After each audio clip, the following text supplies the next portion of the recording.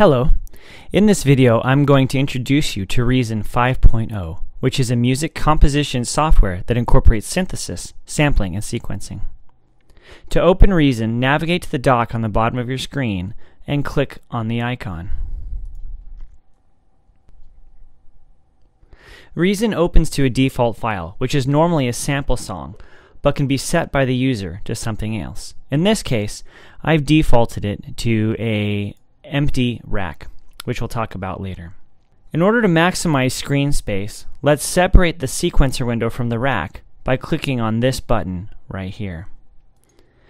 This makes the sequencer full screen, but we can also navigate back to the rack, and now we can see as much of the rack as our screen resolution will allow us. What you see here is an empty rack. Let's fill the rack up. There are three ways to create items for the rack. You can click on the Create menu.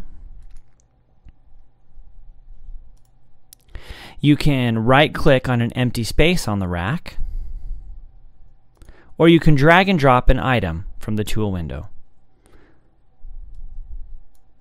If you don't see the tool window, you can make it viewable by clicking Window,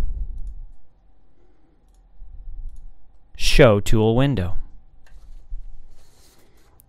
The first thing that you normally should create is a mixer. Let's create one.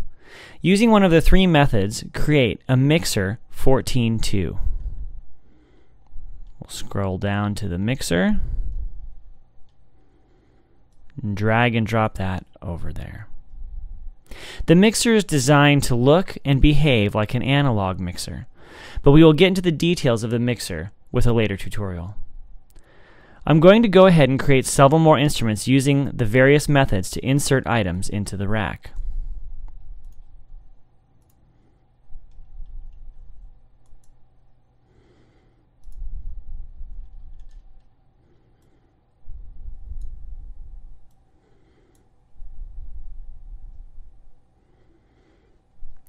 Notice how when each instrument is created, there's a piece of masking tape with the instrument's name on it.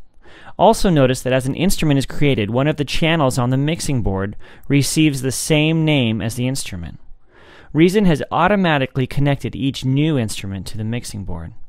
We can view this connection by turning the rack around by pressing the Tab key on your keyboard. Now we can see virtual cables connecting the audio outputs of each instrument to the channels of the mixing board. Press Tab to turn the rack back around. You can change the name of any instrument by clicking on the tape on the instrument itself and typing in a new name.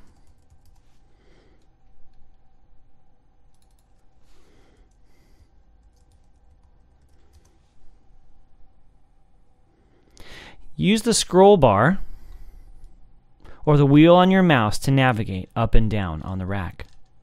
That's it for now. More to come. Thanks for watching.